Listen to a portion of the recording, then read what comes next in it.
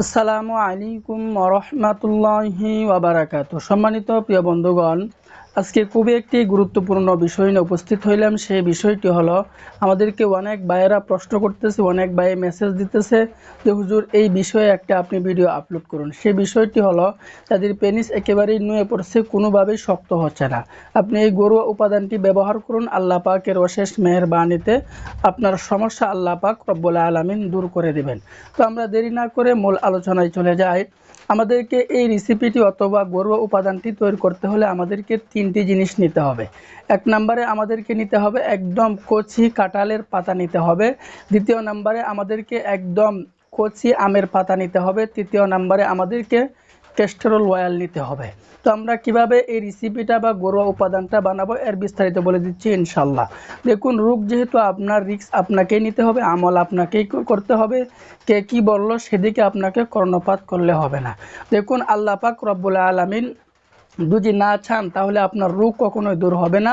আল্লাহ পাক রব্বুল আলামিন যদি চান আপনার রোগ সমস্ত ডাক্তার ইঞ্জিনিয়াররা ধরে রাখতে পারবে না। তো আল্লাহর উপরে ইয়াকিন রেখে বিশ্বাস রেখে আমাদেরকে আমল করতে হবে। আল্লাহর উপর বিশ্বাস রেখে ইয়াকিন রেখে আমাদেরকে এই ঘরোয়া উপাদানটি ব্যবহার করতে হবে। তো আমরা আবারও মূল আলোচনায় চলে যাই। আমাদেরকে একদম কচি কাঁঠালের পাতা নিতে হবে 5 থেকে 6টি। একদম কচি কাঁঠালের পাতা 5 থেকে 6টি নেওয়ার পর এই পাতাটিকে একদম পিষে, আমরা পাটা অথবা ফিল দ্বারা পিষে অথবা আমরা ব্লেন্ডার দ্বারা পিষে একটা পাত্রের মধ্যে রাখবো, ছোটো একটা পাত্রের মধ্যে রাখবো। এরপরে আমাদেরকে একদম কচি কাটা আম গাছের পাতা নিতে হবে 5 থেকে 6টি। এই আম গাছের কচি পাতা 5টি 6টি এটিকে একদম পিষে ব্লেন্ডার দ্বারা অথবা পাড়াফিল দ্বারা পিষে এটাকে আমরা ওই পাত্রের মধ্যে রেখে দেব।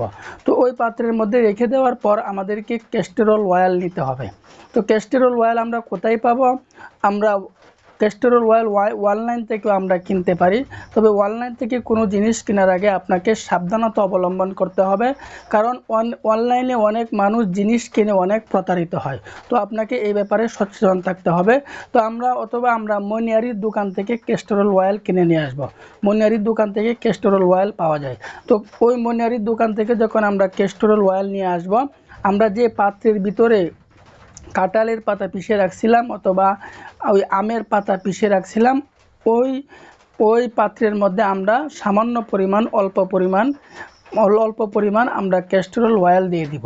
তো ক্যাস্টরল অয়েল দিয়ে দেওয়ার পর আমরা ওই পাত্রের মধ্যে একেবারে সুন্দর করে কয়েকবার নাড়াচাড়া দিব, এটাকে একদম মিশিয়ে নিব। তো মিশিয়ে নেওয়ার পর আমরা কিভাবে ব্যবহার করব এটাও বলে দিব ইনশাআল্লাহ। তো আমরা কীভাবে ব্যবহার করব, এর ব্যবহারের নিয়মটা হচ্ছে, আমরা প্রতিদিন রাত্রে ঘুমানোর আগে, শোয়ার আগে যে আমাদের গোপন অঙ্গে যে নিচ থেকে উপরে অথবা উপর থেকে নিচে আমরা 5 থেকে 6 মিনিট পর্যন্ত আমরা এভাবে মালিশ করব। 5 থেকে 6 মিনিট পর্যন্ত আমরা মালিশ করব। অথবা আপনি প্রতিদিন সকালবেলায় নিচ থেকে উপরে অথবা উপর থেকে নিচের দিকে একদম সুন্দর করে আপনাকে 5 থেকে 6 মিনিট পর্যন্ত আপনাকে মালিশ করতে হবে।